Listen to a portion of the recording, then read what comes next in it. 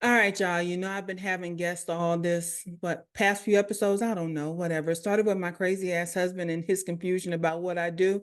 But now I get down to the nitty gritty shit, y'all. I understand branding, but I do not understand sales. I do not know how all of that works. And I know it's a thing because we all need to get sales, but I'm not about the transaction of it all, but I'm about getting paid. So I need to, I'm about to tap into this genius right here. We have Miss Mandi, and we're going to get into it in just a minute. So stay tuned. Hey, brand babies. This is Brandma's podcast, where we go in on personal branding without taking shit personally. Brandma's house is hosted by none other than the ghetto country grandmother. She's here to share her experience, expertise, and education in a way that takes you from brand baby to brand leader. So come on in and hold on to your bourbon because Brandma's about to spill the tea. Hey, brand babies, it's your ghetto country grandmother, and I am here for all of the nonsense. And y'all know my focus is personal branding, but there's more to business than just showing up with a brand. And I get to talk to Miss Mandi, am I going to say it right? Graziano. You got it. You nailed it. I'm so good sometimes. But yes, Miss Mandi Graziano, and we're going to talk sales. And she is the Shark Tales. Is Shark Tales? Fuck it, I just shown the book. Where's the book? Sales tales. Yes, sales tales. But whenever I think of this, I always think sharks. So it just I love that. That's funny because for a long time I had a mug that said, what a shark does. A shark doesn't take off on Mondays. A shark eats fit. I mean, I had this whole poem about a shark. So you're not that far off. okay. Yeah. But it's sales tales. And we get Sales to talk tales. to one of the experts in the industry, y'all, and she's all about hospitality. And I come from food. So this is going to be a great conversation. Miss Mandi, tell us all the greatness, all your brilliance, because we want to know what you got going on. Ooh, I'll tell you everything. Well, thanks for having me, first and foremost. I adore you. And I know we've known each other over the years through Clubhouse and LinkedIn Live and our digital hospitality group. And then Phyllis was just on our show, our Adventures in Business show a couple weeks ago. So it's awesome to be on your show. And I love everything that you're doing. Oh, thank you, honey. Yeah. And like I said, I don't know if I suck at sales or is it because I don't thoroughly, and I know I will never thoroughly, but I think it's because more or less I don't understand sales and when that comes into play. I know branding, I know marketing, I know pricing strategy and all, but sales, explain, please. Tell me something. Yes. Where do I fall off? I got you. Well, you are not alone. I will say this. Most entrepreneurs, they love their business. Some of them love the product, right? Some of them love the service, but most of them don't love sales.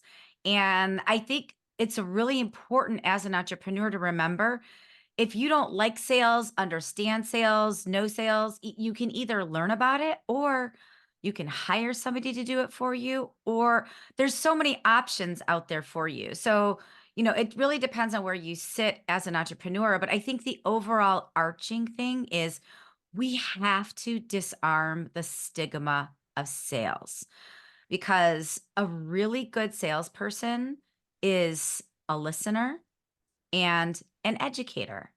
And you do this all day, every day. You educate people about branding, about the difference between their personal brand and their professional brand, the difference between, Getter Country Grandmother and Phyllis. That is an education that we're here for. We're showing up for that. And in essence, you're educating us on how we can use your company. And eventually we're going to buy from your company because you're educating us. So I think if we just remove the stigma of sales and realize like, hey, the movies didn't do us justice. They portray salespeople as slick ricks, gum chewing, big people trying to get one over on you. And it's a little offensive to me because so many of my friends are awesome salespeople and they're just not like that. They're actually really good, ethical human beings. But there are, just like every industry, there's bad apples that spoil it for some people. So I think if first things first, if everybody just takes off that hat, not your hat, because your hat is awesome, but takes off the stigma, the hat that they're wearing about, I don't want to do sales. Sales makes me feel slimy. Sales makes me feel like a used car salesperson. Just take your hat off and just put the hat back on of a good salesperson is a listener and an educator. I think it's a really good first step for entrepreneurs or anybody out there in business. Do you think people have the whole stigma behind it? Because if it's cheap, oh, they can tell you, oh, it's a great price and it's all that stuff. But when it gets to high ticket stuff, then that's when they get the sales phobia kind of deal. Do you think that has a correlation? I don't know if there's a correlation. I think the mistake a lot of entrepreneurs make or salespeople is selling on price. There are certain things you are going to buy because of price and you're just going to compare because of price, right? Mhm. But most things you're going to buy on value, whether you know it or not.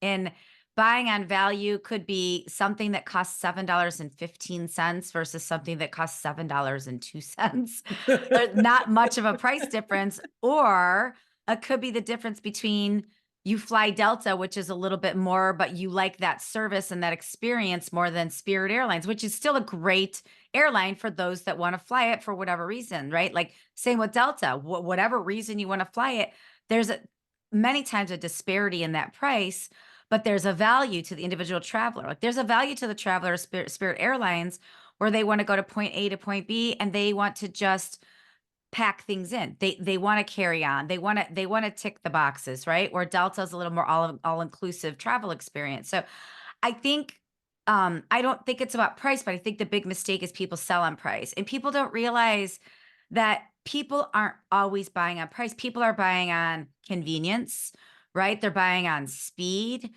they're buying on quality, they're buying on like-mindedness. Like I think we have to really dig into like what is the service or product that you're offering and why in the world would somebody buy it, and make a list, get your little scratch paper out and make a list. Here's all the reasons I think somebody would buy it.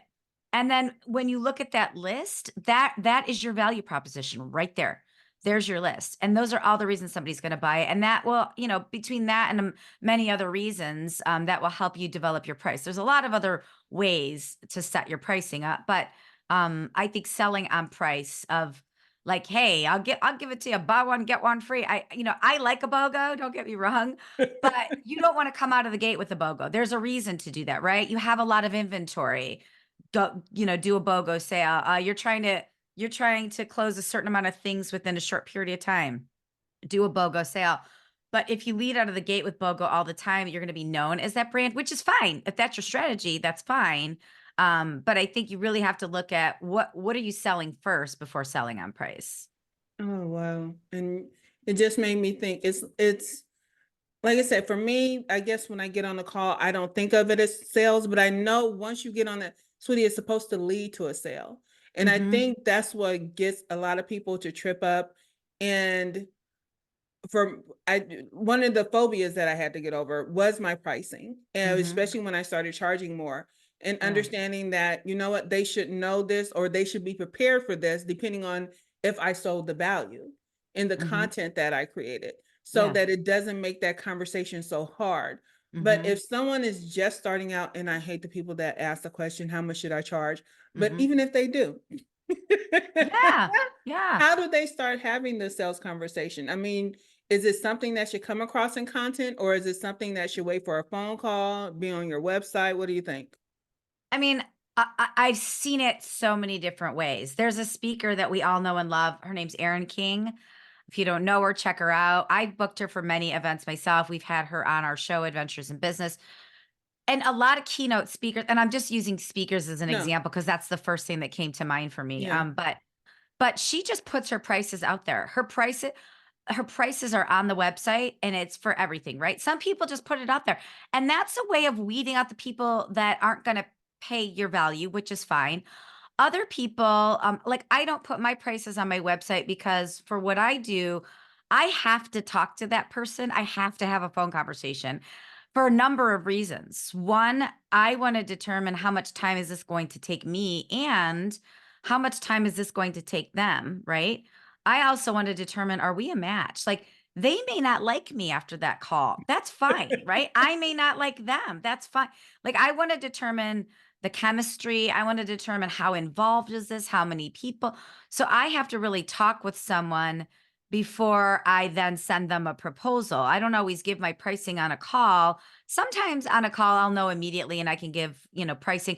And my pricing, the range is very small. It's either A or B. It's not like I'm like talking to somebody and inflating the cost. That's not what I do. But sometimes if it's more involved or I think somebody can get away with 3 sessions and I'm like, oh no, this is a 20 session situation. Obviously, the pricing is going to change, right? So I think a couple things, if we back up a minute, I think you had mentioned like when you get on the call with somebody, then, they know you're going to talk about price and are they going to buy?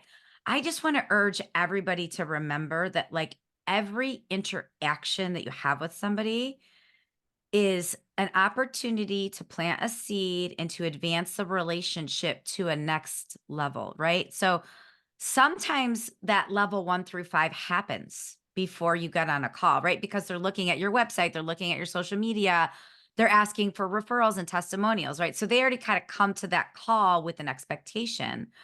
And then when they're on the call, that's an opportunity to develop a relationship immediately, right? Like, what made you laugh this week? What's on your mind right now? What are you doing this weekend? There's so many great open-ended questions you can ask to get to know each other a little bit better. And then everybody wants to close it on that one call, but the reality is that doesn't always happen, and that's okay. Sometimes when you have decision makers that are a little more cautious, maybe it's the first time they've ever used a product like yours at all, right? Maybe they've always done this in-house and now they're outsourcing. There's so many different reasons they may have apprehension to buy on that call. If Mhm. they don't buy on that call, it doesn't mean they're not going to ever buy again. That just means that call is that next step in the relationship. So then what do you do after you hang up the call? If they don't buy on the call, the next step is how are you going to manage your follow-up, right? Are you going to use a video to send a text message to say, I loved talking about rainbows and butterflies with you and your proposal's on the way tomorrow. Like what are you going to do to advance that relationship? So in my book, I actually talk a little bit about like, don't propose on the first date. Like this happens in trade show booths all the time too. People come to the booth, they're like, hi, scan the badge, get the swag. You want to buy something from me? Like there's so much that should happen between there, right?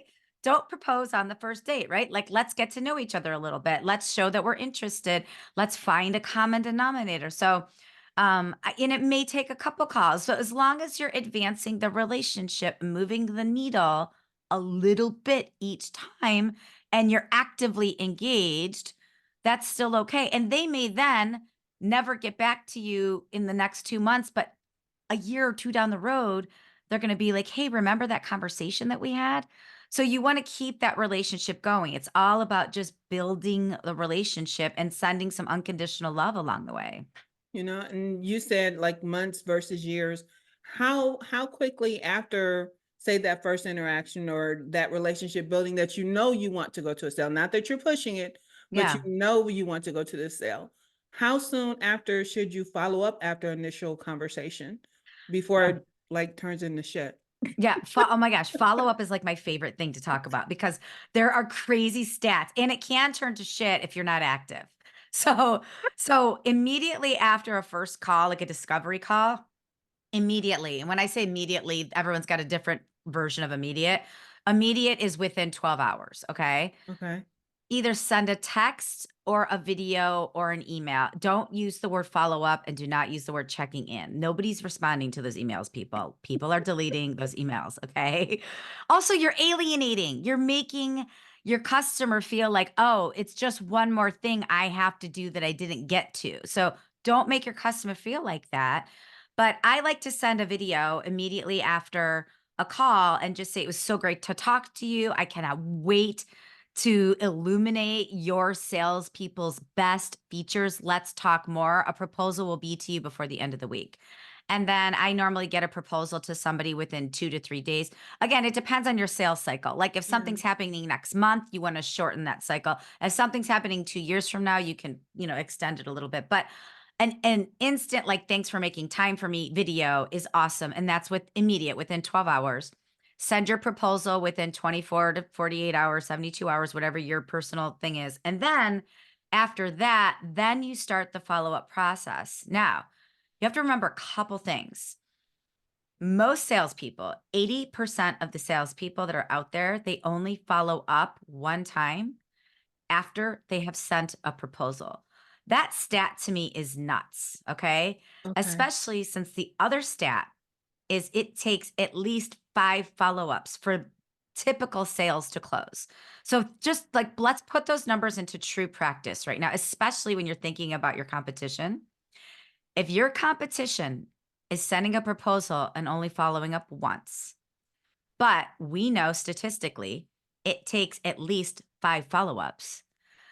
All you got to do to crush the competition is follow up 2 more times, 3 more times, right? You just have to follow up a little bit more than they do. And then you have to ask yourself and be really honest with yourself, what is the quality of the follow-up? Am I varying that follow-up?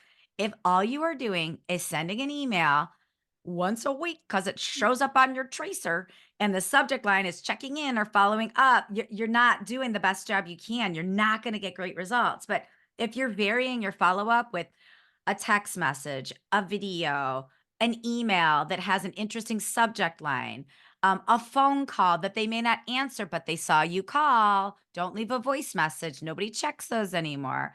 And then you're engaging with them. You're on LinkedIn. You're seeing that they're posting something. You're making comments. You could make a list of like 8 or 9 different ways to follow up that are all different from each other that will help you be way more effective in the marketplace. So that was a long answer to a But very I short loved it because question. I'm Did like, that oh, help? wow. Okay. I get it. I get it. Because Yeah. I get people that will cold email me and then they'll Mhm. just email me back. "Oh, I'm just trying to push this back to the top of your email." It's like, Mhm. seriously, that's the best you got?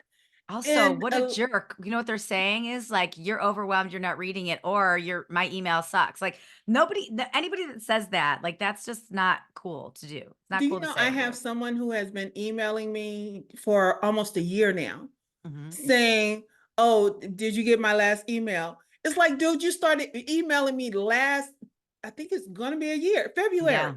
Mhm. And it's just this long, this list of emails. "Did you get my last email? I wanted to check." It's like, seriously, after a year?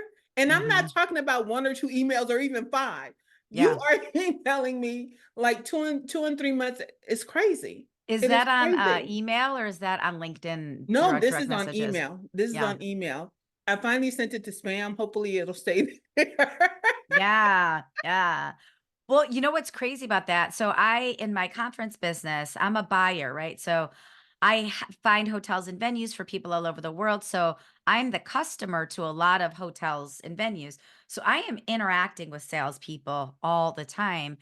And I don't have time to get back to every single hotel that, we might source 30 hotels for one, location. If I'm sourcing 5 RFPs a week and each one of them has 30, if you do the math on that, right? Like 30 times 5, I don't have the time to get back to every single hotel.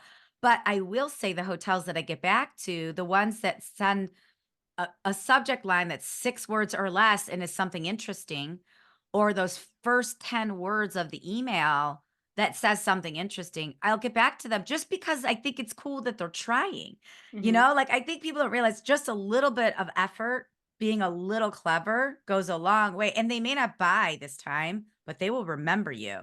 And it is all about being memorable. That's how you stay on people's radar right now. Just being memorable and doing memorable things, not shock jock type things, right? Like not negative stuff, but like being clever, doing a little research, finding out that I like the Cleveland Browns. You send me an email with the subject line, "Did you see them Browns?" or something, I'm opening it. I'm opening it, right? So I mean, I think the quality of the follow-up is really important. And I hate getting LinkedIn messages where they're pitch slapping you, where it's Yes. like over and over the same thing. I had an email this weekend where the guy's first email, he sent it to me Thursday. I was like, "Oh, I'm in the market for this. This looks interesting." So I replied back asking a couple questions. And then over the weekend, he sent me 13 emails. Oh my And gosh. I was like, all right, I can't work with this guy. Like, I mean, Oh my like if he gosh. just would have sent me one, that would have been Yeah. fine. And I can get over the fact that he's calling me ma'am and all these things that I find are weird in communication. But 13 emails, it's like, bro, it's too much. Like there's a fine line and there's a cadence to it, and you've got to vary it up and make sure that you're, not clogging somebody's inbox, all those things. Oh my goodness. And I'm sitting here and because I will have to talk offline because I'm like, oh, I think I need to introduce her to my cousin because they do big events all over the world and all that kind of stuff. I think I need to hook you guys up just in Ah, I'd case. love to meet your But cousin. Thank yes, you. so I'm trying to keep that seed planted in my head while I still talk to you. I'll remind you. I'll remind you. I got you. But to back up a little bit, how long have you been in sales and why? Why sales? Oh, wow. Gosh, what are we, 2024? I've been in sales since 1998, Wow. however many years that is, 20, It's a lot. 24, Don't even try. almost 30, over 20 years. Yeah.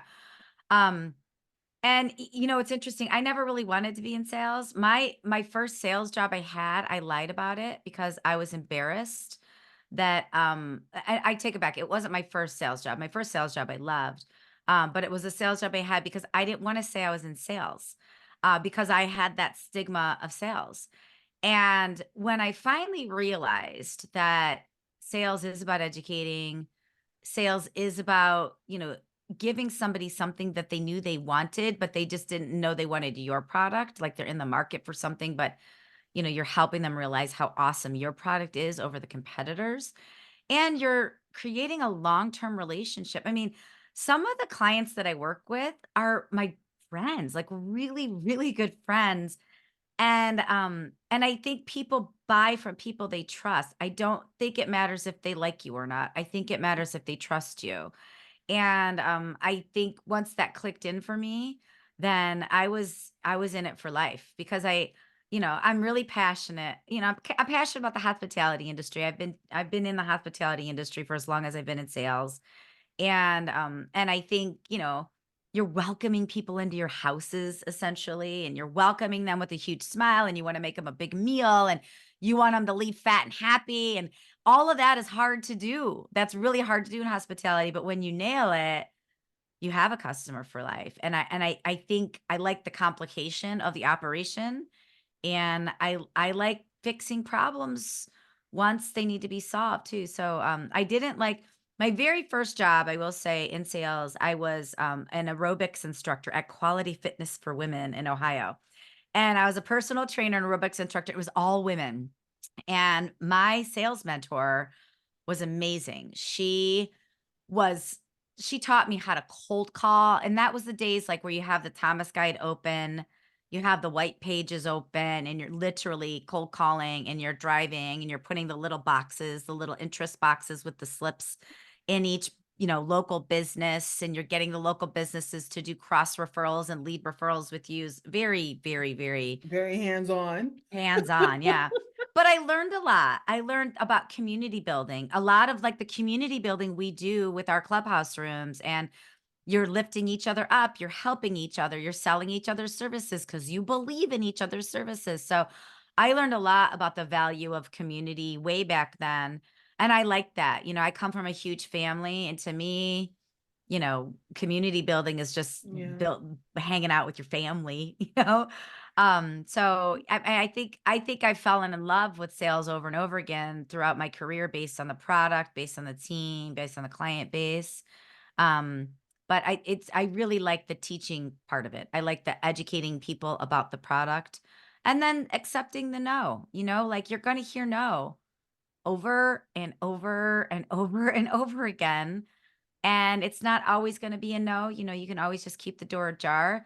Sometimes it's a permanent no, and you just walk away. That's okay too. Just use your energy on somebody else who's just interested in the product. You don't have to force everybody to be interested in your product because people just may not be. You That's just okay may not be, too. yeah.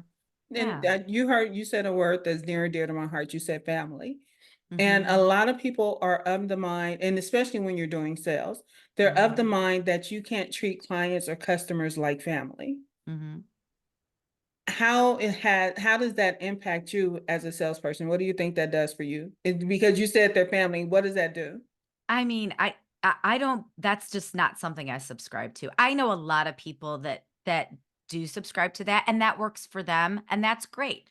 I think as a salesperson, as a business owner, as a somebody offering a service, you have to determine who you want to be in the marketplace and stick to that.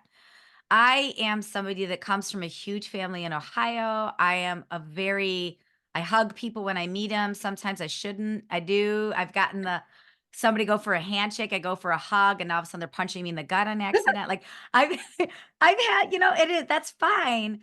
So for me, if I'm cultivating relationships over a long period of time, we're gonna be family, especially in the hospitality industry where sometimes Yes. you go through war with each other. Yeah. Sometimes you're trying to make sure a hotel fulfills a contractual obligation that they just don't think they need to fulfill. Like sometimes it's a client who has like absolutely ridiculous expectations, and you're trying to educate them on what is and isn't possible at a hotel. So, for me, that family experience that works for me. I like to get to know people. I hope people like to get to know me. I make it clear to people that, hey, I'm an open book. You can get to know me. I'll tell you whatever you want. But I have worked with tons of salespeople in many industries who they're like, I'm in, I'm out, and I'm here to do a job. And they follow the technical process and they still build great relationships. But I think what matters and what makes them super successful is they manage the expectation. They're not coming into it saying, hey, you're going to be my best friend and then pulling back. They're coming in saying, here's who I am. And I have this great service and product. And I've learned everything there is to know about you. And here's why I think this is going to be good for you. Would you like to buy it? And that's okay. I just think whoever you decide to be, you don't want to confuse the customer by being one thing and then turning and being another. I think you should just hang your hat on whoever you decide to be in the marketplace. I love that. I love that because and as far as from a branding perspective, that's exactly what it is. It's Mhm. like, where are you gonna hang your hat? And stop Yeah. trying to move it around for different people. It's like Yeah. be consistent in that because if those two, three, five people ever talk, it's like, well, no, that's not how she is. And now your reputation is ruined because you act five different ways with five different clients. It's That's right. crazy. It's Yeah, crazy. it's crazy. And the other thing is like I am not everybody's cup of tea. I rhyme, I write poems, I send haikus. Some people are like, "That's, Mindy, that's You're doing extra. too It's too much. much. It's too much." But it works for me because that makes my job fun, and I like to have fun. But not everybody wants to have fun, and if you don't wanna have Yes. fun, you don't have to work with me. That's okay.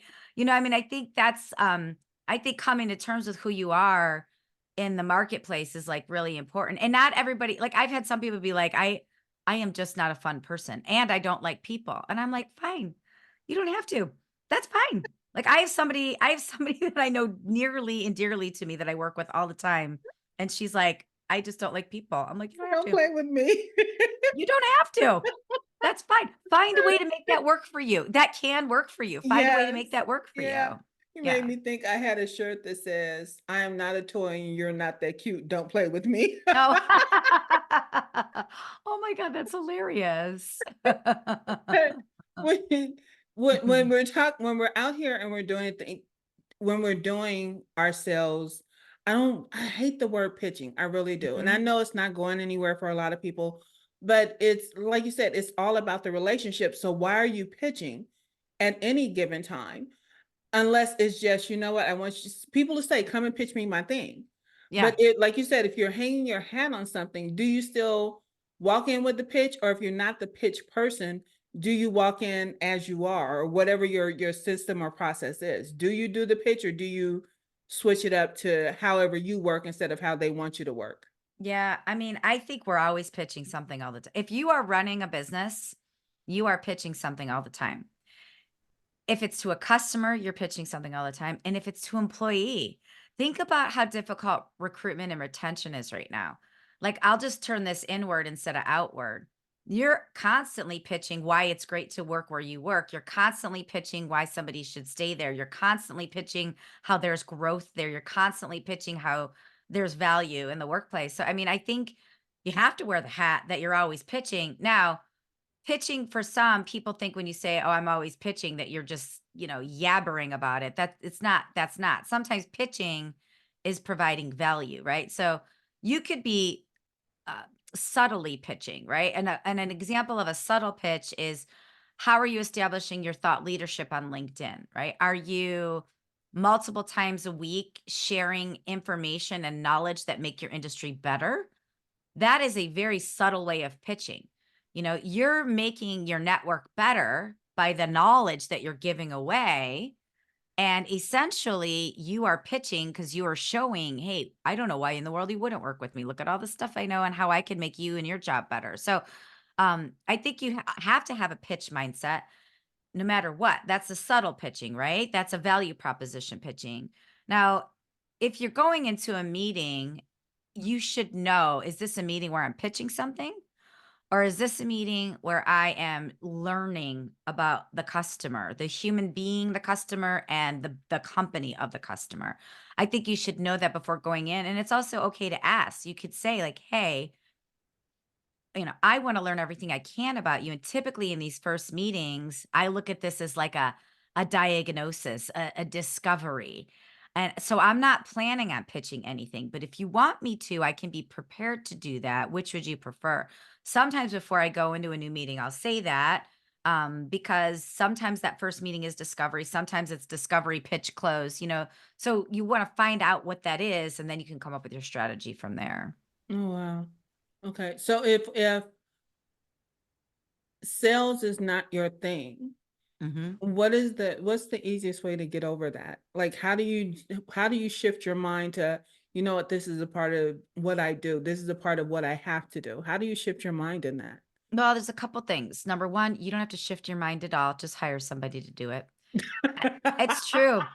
It's so tr Think about, like, accounting. Like, when people think about running their business, you're not gonna do your own taxes unless you're a CPA, right?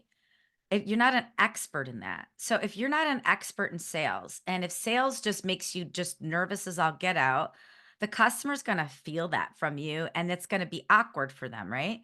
So just the same way you would hire a CPA to do your taxes, or the same way you would hire a professional gutter cleaner to clean your gutters or whatever it is, hire somebody to do it.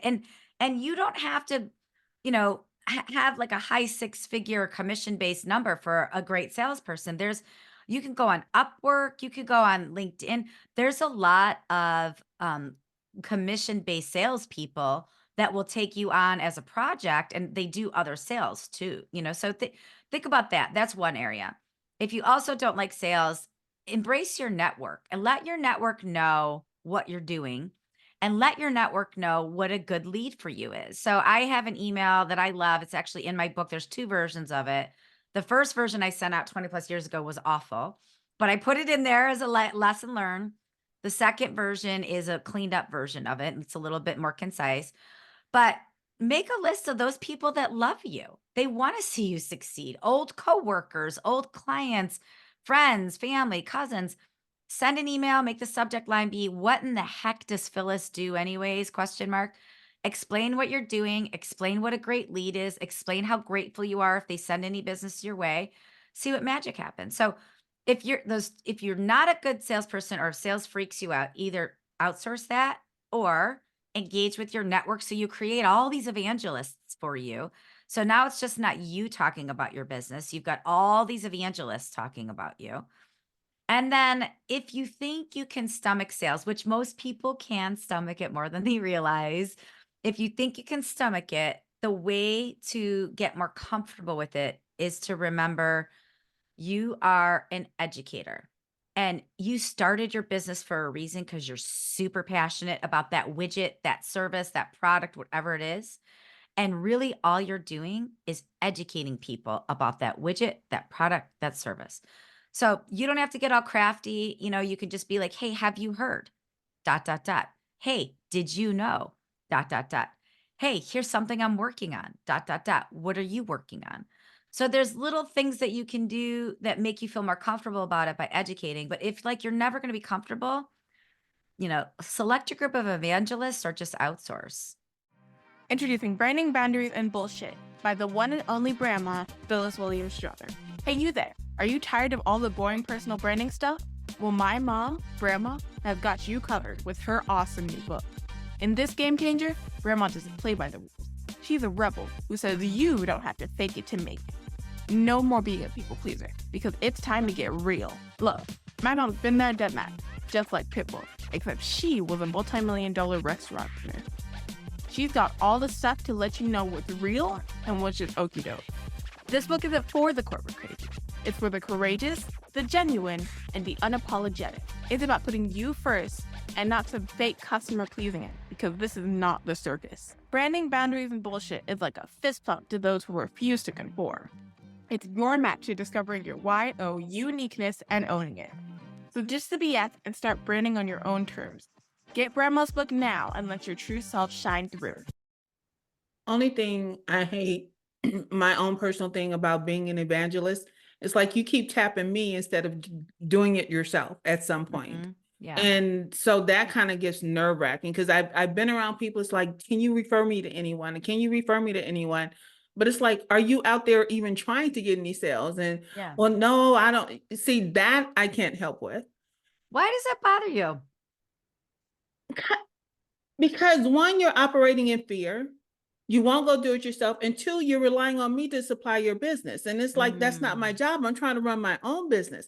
I Yeah. don't mind doing it on occasion if it comes up and I have someone. It's like, Yeah. oh, just like when I was telling you, oh, you know what? I need to mention you to my cousin and see if I can hook you guys up. Yeah. That's Yeah. totally natural to me. Right. But for someone to constantly ask me, it's like, do you have, my business is getting slow. I need new clients and Yeah. all that kind of stuff. Constantly tapping people who aren't even your clients. Yeah. I would think I know would get on my last damn nerve. You know, it's funny. I think everybody looks at it differently. Cause like when I hear that, I get excited for people. I'm like, oh, people have got energy towards their business. I can make the decision of whether I want to refer them or not. Right. Mhm. And if I'm not interested, I can just hit delete. Like that's, you know, like that's, but so I love it when people are asking for referrals, because it makes me know that they care about their business. And I think if they're asking for referrals, I'm sure they're probably doing other things to grow their business too. But Mhm. everybody has a different opinion about that. But I think it's okay to now here's where it's not okay to ask for referrals. If it's a brand new client and you're in the middle of your first sales cycle, before you've closed anything and you ask for a referral, that isn't okay. Or if you ask for a referral like immediately the day you close something, that isn't okay. You've got to give the customer some time to realize how awesome you are. But then I always ask for testimonials. So a week or two after, after the performances happen, and I'll ask like, "Hey, how's your team?" Let's say it's sales coaching. "Hey, how's your team doing from here? Like, have you seen an increase? Has the speed of the sale gone faster? Are customers engaging with you more?" If they say yes, that's when I will ask, "Would you mind writing a testimonial?" Or if I write a testimonial, would you tweak it or let me know, how this works for you? So I think it's okay to ask for referrals and testimonials for sure. Just the timing has to be right on them. Yeah. And like I said, I don't mind. It's I don't know, maybe it's because the way that you said it before, I thought of it's like my own experience is that I've had people that they weren't seeking their own sales. They weren't doing their own marketing. They Yeah. weren't cultivating any relationships. They were always out like, you know what, I do this and I'm looking for this. And they keep tapping the same well and the wells Mm. run dry. Yeah. And so that's what I was referring to. Like I said, I have no problem referring if I think you're qualified, Yeah. but I do have a problem if you're asking me to referring and I don't know what the hell you do. Yeah. Because I've had Well, people ask me that too. It's like, can you send a message or can you do this thing? It's like I can't do shit because I don't know what you do. yeah. Because I'm all for being a cheerleader. Yes, I will. Yeah. Y'all go see that person. But if I don't know what the hell you do, sweetie, I can't help you. I really Yeah. can't. I agree. And I think it's on them to vary up how they ask for referrals, or it's also on them to be more clear in the marketplace with what they do. Because if you don't know what they do, then they're not being very clear with it. And that's a problem in itself, right? Okay. What's the subtle difference between marketing and sales? Because I know they kind of overlap, but what's the subtle difference? You know what? I love this question. Because so many years especially when I worked on hotels, there was always a rub between marketing and sales, which there shouldn't be Yeah. because a g marketing and sales work so well together when everybody's being kind to each other, when you realize the value of both, because both I think you can't have one without the other. You have to Yeah. have both. You can't I think sales is very numbers driven. Obviously, it's relationship building, and then it's numbers driven, and then there's a contract, and then there's a deal, right? But leading up to that, how do you raise awareness about that product is marketing. How are you tracking and tracing buyer behavior? That's marketing. Even, marketing in many circumstances, depending on the institution or the company, marketing can be the one that creates really awesome sales assets. Whether that's a one pager, whether that's a proposal, whether that's an email, whether that's email marketing campaign. So I think marketing tees things up for sales. Sales closes things and keeps things moving along. And then I think sales and marketing work back and forth. Once that deal is done, they work back and forth to continue to build the client relationship, to keep the client coming back for more. I think it's really important that sales and marketing work together. Yeah, I can see that. I can definitely see that. And Yeah. for you, what is the biggest challenge and you think or that you've seen in someone's sales process, even if it's not your own? What is the biggest challenge or the hurdle that someone would have to overcome in order to do this? Two things. I see it all the time.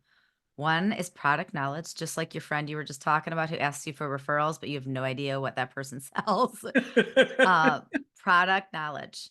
I think you have to know your product or your service forward and backward and understand not what it means to you, but what is in it for the customer, right? You have to really understand when you buy this service, here's how this service will change your life. Here's how this service will solve your problem. Here's how this product will make things easier, better, quicker for you. I think product knowledge is a big problem. I think sometimes people are like, well, here's what I have. Cool. What does it do? Why is it better? Why should I buy it? Why should I keep investing in it?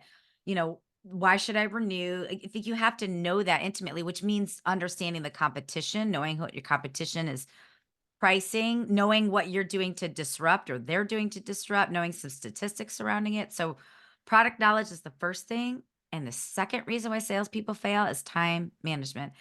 And I hate to say that because it's such a tired little cliche, but when you are a very organized salesperson, and you know exactly the touches that you've made to customers. You have taken the time to ask them questions. You know when their birthday is, their work anniversary. You know about their kids. You're sending their kids things for Christmas or Hanukkah or Kwanzaa or Passover. Like if you know those things, the organized salespeople are faster to the finish line.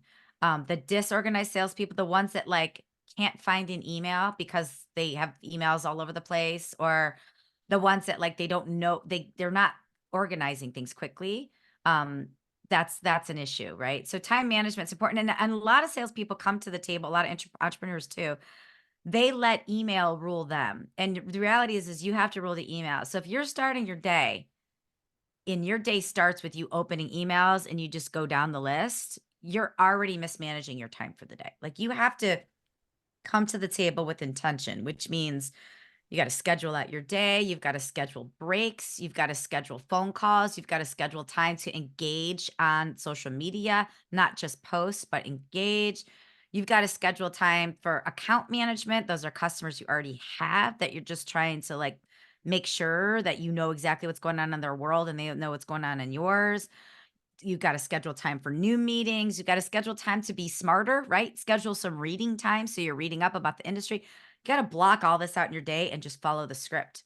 When you follow the script, you're good. When you just come to the table and you're just living by the veracity of emails, you're going to fail. So I think time management and product knowledge are the two things I personally, when I'm coaching sales, and I've coached salespeople I've coached them from technology, software engineers, beauty, PR, hospitality, manufacturing, I mean, real estate, like people from all different industries. And the two things that make a salesperson fail are time management and product knowledge, like over and over and over again. I already know my time management sucks. You just Oh, stepped all on my toes. I'm No, so sorry. Phil, but you know what? no, You could it's try just the something truth. new. Try something new, just Okay. one little thing new this week, Okay. and you'll see a switch in your whole world. And I don't know what that new thing is. Like we can talk offline if you want. I'm happy to, talk with Well, you I'm about coming to whatever your class, so struggles, I'm but looking forward to that. oh, So that's right. yes. We're going to talk about time management, sales tales live. We're going to talk about it. We're going to talk about wingspan, which I'm a big fan of wingspan. Like what cheat sheets do you have in your visibility area? What can you reach within? Nothing. Yeah. Well, Oh my God. here we go. We'll Cheat talk sheet. about that. I'm gonna have to put some shit on the wall now. Put some Hey, shit you on the just picking on wall. me. No, I'm just playing. I'm just playing. But Aw. it's for me, like I said, because of what I do and how I do. And like even what you said earlier about having the conversation, understanding people is a really big part of it. And because I believe, like, especially on personal branding, sweetie, this is so individual. I can't look at any of my other clients and tell you how you're going to be or how fast you're going to grow because it has nothing to do with, oh, this person's success. This person is now able to charge 40% more than he ever charged before. That's not your truth because your prices might be fine. It might be your message or your positioning or whatever that's jacked up. Your content is crazy. So saying that, well, why can't I earn 40% more?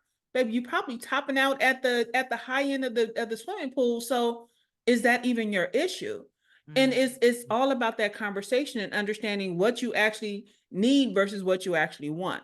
Because Mhm. I gave somebody what they wanted, but it was so not what they needed. And I have never forgotten that lesson.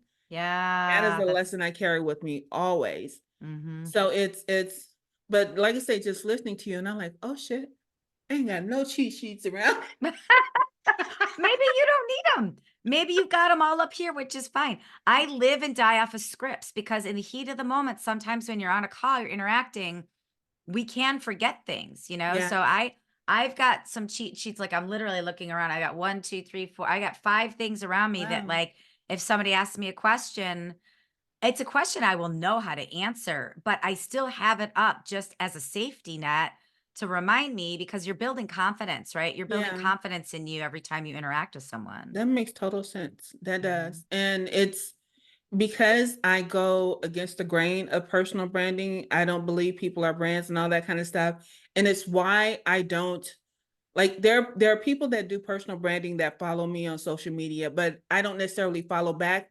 because of my different thinking about it. And I will Mhm. never go on anyone's page and disparage what they think or how they process or their framework or anything.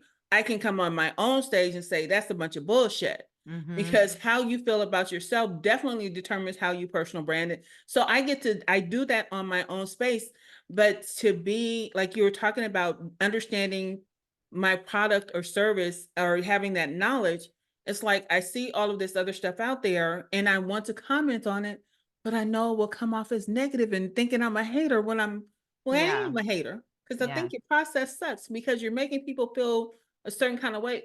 But like I said, I do that on my own shit. I don't go on anybody else's page. So you don't see me engaging on a lot of posts where people are talking about personal branding Mhm. because there are so many people that believe they're brands. And for me to come and tell you that you're not, I ain't gonna tell you that. I Right. tell her if you don't want to be, we can Mhm. have a conversation. Mhm. But I'm like, what would that look like as cheat sheets on my wall? What does that look like with the little script? You know what else? You know what you're saying reminds me of, you have such a flooded market of competitors and it's such a vast array of competitors Yeah. and the customer doesn't always know the differences, right? So sometimes when you're in that situation, you might consider following back a couple and when people are commenting about different things, instead of saying, "Hey, that's bullshit," you can say, "You know what I love about dot, dot, dot? It is this, this, and this." So the answer is the glaring difference between you and that competitor. But you're not saying, "Hey, you're full of shit." You're saying, "Well, another way I look at this is dot, dot, dot. Or I wonder if I would look at it this way. There's a way to highlight your best features Mm-hmm. where you're showing that your features are better than someone else's without saying that person sucks. There's a way to do that. That's called, the technical term, right, is called competitive spin. Mm-hmm. But there's an actual way. I actually draw a little T when I work with people. I do like a little T grid, and I do on the one side like everything that makes you awesome, everything that makes them awesome, and line up what the same similarities are.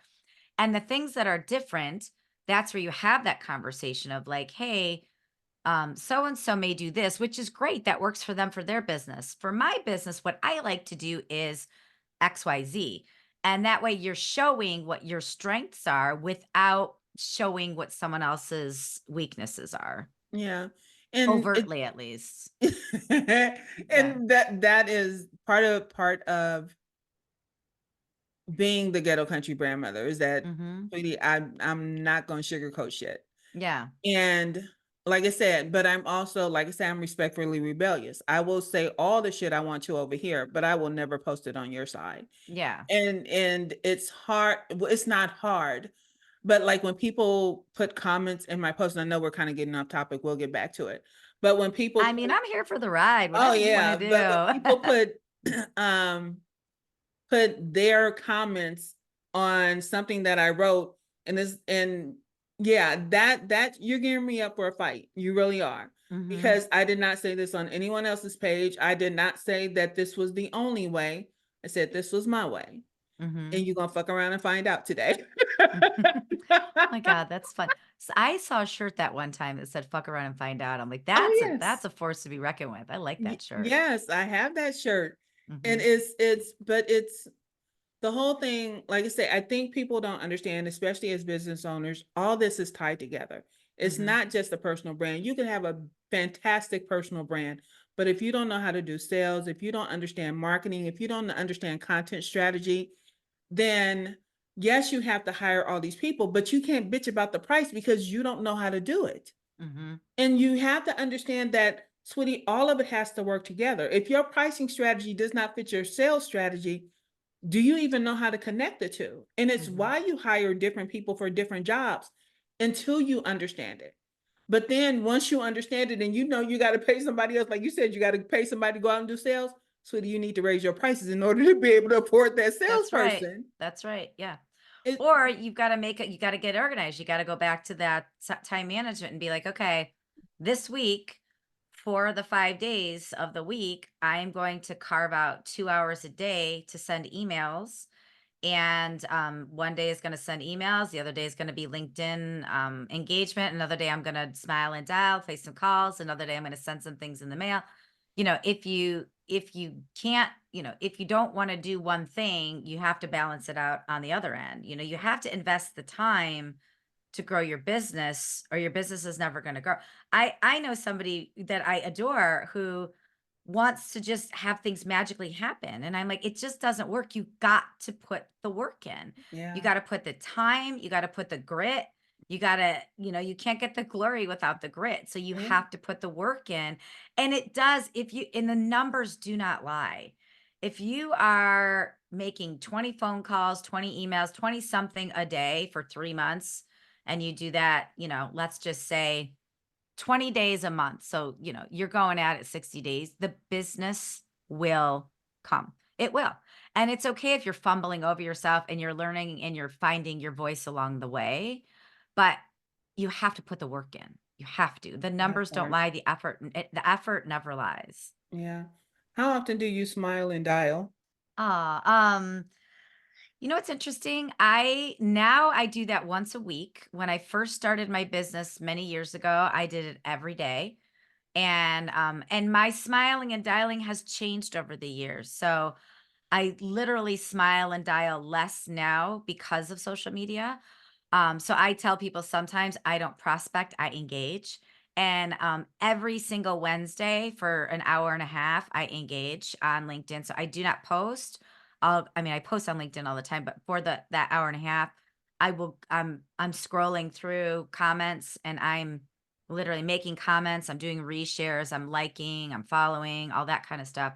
So I try and vary up my smiling and dialing. And I think when you're looking for new business, and we're going to touch on all the ways to look for new business. We're going to touch on this in my Sales Tales live class next week is it's not always about the smiling and dialing. There's all these different ways. We're so lucky in this world we live in.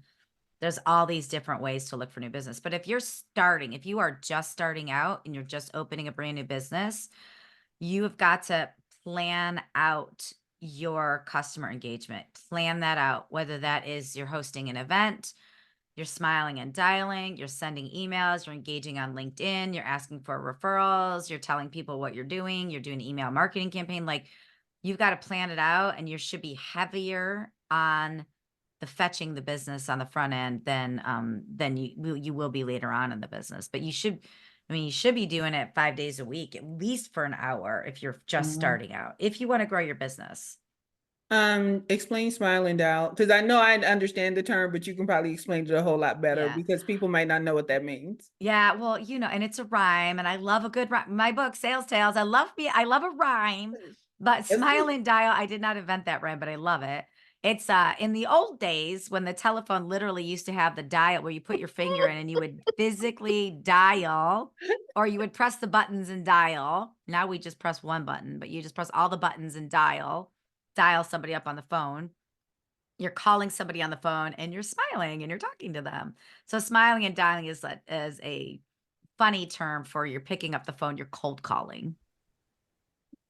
What industries are, because I don't know if I could ever just cold call, because like I said, what you said earlier about the competition as far as personal branding is concerned, I don't really consider people competition. I figure they're alternatives to me. Mhm. I'm not competing on shit. This is not a game. Mhm. Mhm. But in what I do, I could never see that as the type of business where you would cold call and tell somebody. And I'm just saying this tactlessly for this Yeah. situation, but sweetie, you need to work on your personal brand and we need to talk. Yeah. I You can't know, see that being a cold call. no, but you know what, Phyllis? That's the cold call that might get you the business for life, because how many personal branding, because that is who you are, right? Because you are bold and you are honest, and people want to hear the truth. So, it depends on what you're comfortable with, but, there are plenty of people out there that you see how they're representing themselves. And your cold call might be like, hey, I'm a personal branding expert and I've identified 2 or 3 things that you might be able to do a little bit better that could just triple your business or something like that, right? Mhm. That's a great cold call. Or you being who you are, you can get away with it. You can be like, listen, your brand needs work. I can help you. Let me know. And that's okay. But that's the thing. You got to try it. You have to experiment and try. And eventually people find their own voice on what's comfortable. Uh-huh. But yeah, I think in your industry, not I think, I know in your industry, you as a human could really do some awesome stuff with cold calling. And again, whether that's cold calling, cold emailing, cold engaging, call it what you want. But I think you could get away with like, I saw your website, your brand needs help. Or and some people might be offended, fine. But there's gonna be that right customer who wants to hear the honest truth, who's gonna fit right in with you, and Mhm. they're gonna be like, "Huh, I've been thinking the same thing, tell me more." And you never know until you try. Wow. You never know until you try. You have to be yourself. Like, I wouldn't Oh, recommend yeah. that for people that's not who they are. But I know that you could do that and probably find the customers of your dreams, because those are the people that want to hear the truth. They're gonna take action because they wanna hear the truth. Wow. You know what? And this is why you talk to people, because I would never think personal branding would be something that you would cold call, you would smile and dial about. Yeah. I guess because I look at it as people being offended about, and because like I say, I don't take personal branding personally. I Mhm. know, and that's not to say that I don't take it emotionally. My emotions can be in play, but sweetie, I'm not gonna take this personally because this is about me making my money. Mhm. And so that's a professional thing. So, but now you planted a seed. I think I'm gonna have to try it a couple of times. Try it. Try it and tell me. Will you tell me how it goes? Of course Even if I will. even if you fail miserably, because that's the thing. You got to keep failing until you got to fail forward. There's a woman, her name's Erin Deal, and she calls herself the fail fluencer and the Mhm. fail forward. She's all about failing. And Okay. I subscribe to that theory too. You got to try and fail before you realize like what works for you. So please, I double dog dare you, Phyllis. Do it. Do it. Double dog dare me. Yeah. I just did it. A double dog dared you. I think, okay, I'm gonna do some research on LinkedIn and I'm gonna try it Mhm. maybe 4 or 5 times. Try And it. if it Just works, try if it. I get comfortable with it, I promise you I won't have a problem with it. But then also, like I said, it goes back um to my business model and that Mhm. I only take 10 clients per year. And as long as my funnel, not my funnel, but as long as my branding university is full, I'm not looking for any new clients, and that's a wait list thing. So I think tell me about sales cycles, because Mhm. I don't even know if I have one. How do you identify your sales cycle? Because if I know that, then I know what season to do cold calling in Mhm. to prime people to get on the wait list or something like that. Well, I think you should always be cold calling. Like Really? always make time for it, right? Whether that's 1 day a week or 5 days a week. It just if you say you're taking 10 clients a year and you currently are at 5, you should cold call twice a week, right? Okay. If you say you're taking 10 clients a year and you're currently at 1, you should cold call 5 times a week. Do you know what I'm saying? Like I think, Yeah. but you always want to, you don't ever want to not cold call. You always want to, because you never know when a client's going to jump out. You never know when a client is going to be so happy with everything that you've done that they've decided to fly free. Like, I tell my customers this all the time. Like, you don't want me to be your coach forever. Like if I'm your coach forever, something's broken in your business. Like the Mhm. the the biggest compliment, right, is that a customer uses you and they fly free and their brand is just soaring, Yeah. right? So Yeah. so you may have a customer that catches on sooner than expected and then they soar sooner than expected and you want to fill that gap. So Yeah. I think always at least do it once a week. And if you have to fill more than less, up your Okay. prospecting game. Yeah, Yeah. because I Yeah. know, I know some people have struck me enough where I've sent them I was like, oh, sweetie, I would love to work with you. I saw what you have, and I know this is brandable. So I've done it a couple of times via email. Yeah. I think I want to try picking up the phone. Pick it up. Nobody talks on the phone anymore. Just try it. Just try it. All I can do is send me the voicemail. And don't leave a message. Here's the thing.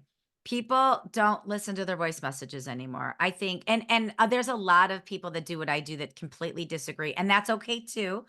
But I don't find voicemails very effective. So just I would keep trying that same person until they pick up. I would keep them in your call Why the rotation. hell you keep calling me? Because I want to work Yeah. on your personal brand. Stop yelling I at me. I know. I know. Yeah, you're like, "See, I can help you here. You sound angry." Like, I can help your personal brand." Yeah, so I mean, but try calling, try varying it up, right?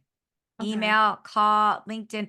I've got, these little flyers that every now and again I'll just send in the mail to people, an old school flyer that somebody's like, Wow. "Oh, I got this flyer." You gotta vary it up. You never know what somebody's gonna gravitate towards. And you know what? Because one of the reasons I got into this is because of the devastation of the restaurant industry Mhm. during the pandemic. And Yeah. that's why I started pivoting, because not enough restaurant owners or chefs or whoever owns the restaurant, and not enough of them are leaning into the brand. They lean into the concept. And I just was talking to Linda about this.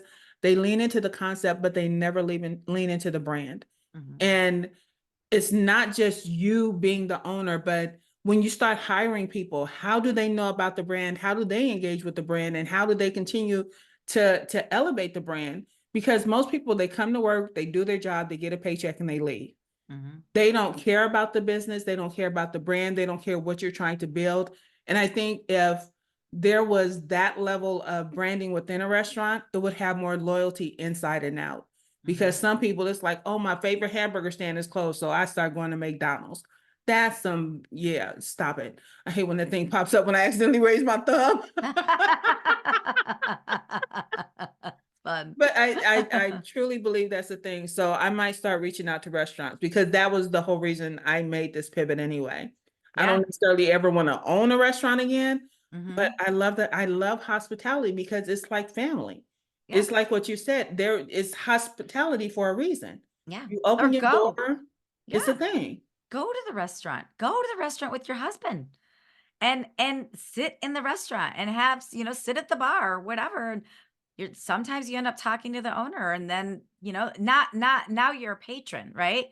Mhm. And then it shifts the power a little bit. You're a patron. You're not a salesperson selling something. You're a patron enjoying a meal, asking a couple questions about the business. Before you know it, she's talking about her business and how she's struggling a little bit to find her footing. And you're like, oh, I can help you with that. You know what I mean? Yeah. There's so many different ways. And you're so just endearing to talk to that, like in person, it to me over the phone, like that, like in person, seeing you, experiencing you, I think that is such a great way for you to get business. So, you might also consider going to some of those networking events, going to some of the restaurant events in your area, those types of things. Cause you're so fun. You're so engaging. Like people like you, I like they're appreciate like, you saying that. I really do. he's Because this and crazy a lady lot with of the people hats. don't even understand that as I won't even say boisterous, but as energetic as I am like now or when I'm being the ghetto country grandmother, Yeah. most times because I am socially, I'm not awkward, but I'm just socially uncomfortable. A lot of times I won't say anything. I walk in, I say, "Hey, sweetheart." And a Mhm. lot of people are like, "Oh, nobody's called me sweetheart in a while." I said, "Well, they should call you sweetheart a lot more often because I have given you the benefit of the doubt. And I know you're gonna act right today, aren't you?" Oh, And it's just oh. it's just my thing. And then all of a sudden they want to keep talking to me. But Mhm, it's not that I'm not always the ghetto country grandmother. There are mhm. sometimes I just want to sit down and shut up. When me and my husband go to the cigar lounge, I got my headphones on, I turn on white noise. He's talking food and football with somebody, and I just get to sit and I get to do my thing. Yeah, but So that's your it's relaxation though. That's yeah. that yeah. Yeah, but it's you have planted some seeds today, I promise you. You Oh, have truly good, planted some seeds today. I'm gonna have to good. I was reading someone posted today about I forget what it is. It's a new brand, but it's about male grooming, and they were talking like balls to the wall and all this kind of stuff because they're about how you shave and manscaping. I think that's what it was, manscape or something Mhm. like that. But yeah, I think I'm gonna have to put balls to the wall, and I'm gonna have to test out some sales stuff. Seriously. Test out some But I sales stuff. probably can I wait until after your class? Of course, of course. You know what? No, actually, Phyllis, we're only Okay. at try a couple Okay. and then report some of your findings at the Okay. class if you're comfortable. If you're comfortable. Oh, Yeah. yeah. I like running my mouth. I just don't like doing it all the time. Okay. But we gonna go ahead and wrap this up because I done held you hostage for about an hour. Oh, this has been great. This has It's been been great, number one. awesome. I Yes. I could talk to you all day. So this probably you guys will probably miss sales tales. Will there be another sales tales later Yes. on? Yep. So I'll Okay. do two more. And the thing about Sales Tales Live is it's virtual, it's 1 hour, it's chock full of content, but it's also bring your sales problems to the table and we'll solve them live together. And Mhm. it's not just me solving them. You've got all these different entrepreneurs and salespeople from different industries. So Sales Tales Live next week is a hodgepodge of a whole different types of people, salespeople, entrepreneurs. But the next one after that is all focused on being an entrepreneur. Okay. So Right. so there'll be 2 more throughout the year, Sales Tales All right. Live. So how should they get a hold of you? Should they subscribe to your website, find you on LinkedIn, Instagram? Where do you want them to go? All the things. So they can go to my website. You can go to Mandi with an I, Graziano with a Z.com, mandigraziano.com. You can find me on Instagram, Mandi_Graziano. You can find me on LinkedIn, Mandi Graziano. Just Google Mandi Graziano and track me down, and I'll get back to you. But oh my goodness, this has been such a great conversation. And like I said, it made me even just having the conversation with you made me more comfortable with sales.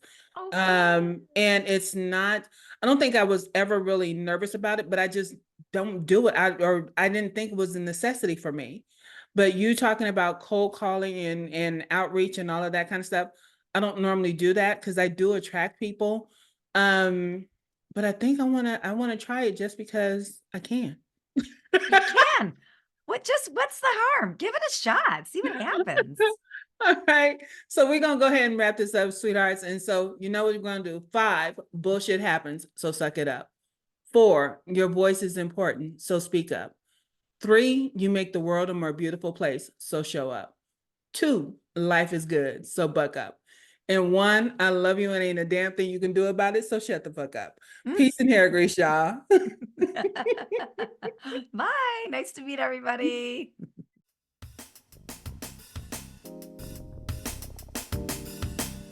All right, brand babies.